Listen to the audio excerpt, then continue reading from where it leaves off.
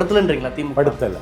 நீங்க தான் இப்போ நாளைக்கே தேர்தல் வந்தா கூட தயாரா தயார் இருக்கு நிலையில் இருக்காங்க. வெப்பன்ஸ் ரெடி, வெப்பன்ஸ் எல்லாம் தயார். எப்போது தேர்தலை சந்திக்க வைக்கணும் அதுக்கு வலிமையும் இருக்கு. ஆனா போருக்கு போகிற உற்சாகத்துல வீரர்கள் இல்லை.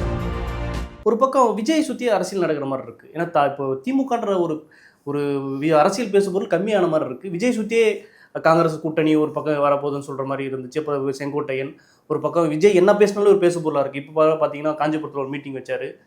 விஜய் ஏன்டா தொட்ட கை அப்படின்ற மாதிரி பேசுறதா இருக்கட்டும். எப்படி இதெல்லாம் பாக்குறீங்க? அது திமுக பிரச்சாரத்தை தீவிரப்படுத்தணும். படுத்தலன்றீங்களா திமுக? படுத்தலை. நீங்க தான் இப்போ நாளைக்கே தேர்தல் வந்தா கூட தயாரா இருக்கு. தயார் நிலையில் இருக்காங்க. வெப்பன்ஸ் ரெடி, வெப்பன்ஸ் எல்லாம் தயார். எப்போது தேர்தலை சந்திக்க வைக்கணும் அதுக்கு வலிமையும் இருக்கு. ஆனா போருக்கு போகிற உற்சாகத்துல வீரர்கள் இல்லை. ஏன் என்ன காரணம்? ஆல்ரெடி நான் ஜெயிச்சிருவோன்ற ஒரு அந்த மிதப்புல இருக்கிறனால போலியா? இல்லை அவன் பசியோடையும் பட்டினியோடையும் இருக்கான். கேடஸ் உற்சாகமால அதான் ரொம்ப முக்கியம். முக்கியத்துவம் கொடுக்கல, அங்கீகாரம் கொடுக்கல, முக்கியத்துவம் கொடுக்கல.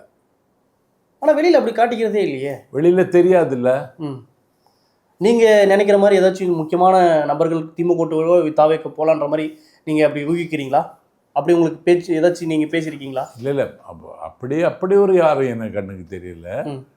ஆனால் தம்பி விஜய்க்கு இன்னைக்கு இருக்கிற மரியாதை தமிழ்நாடு வரலாற்றுக்கு இது புதுசு.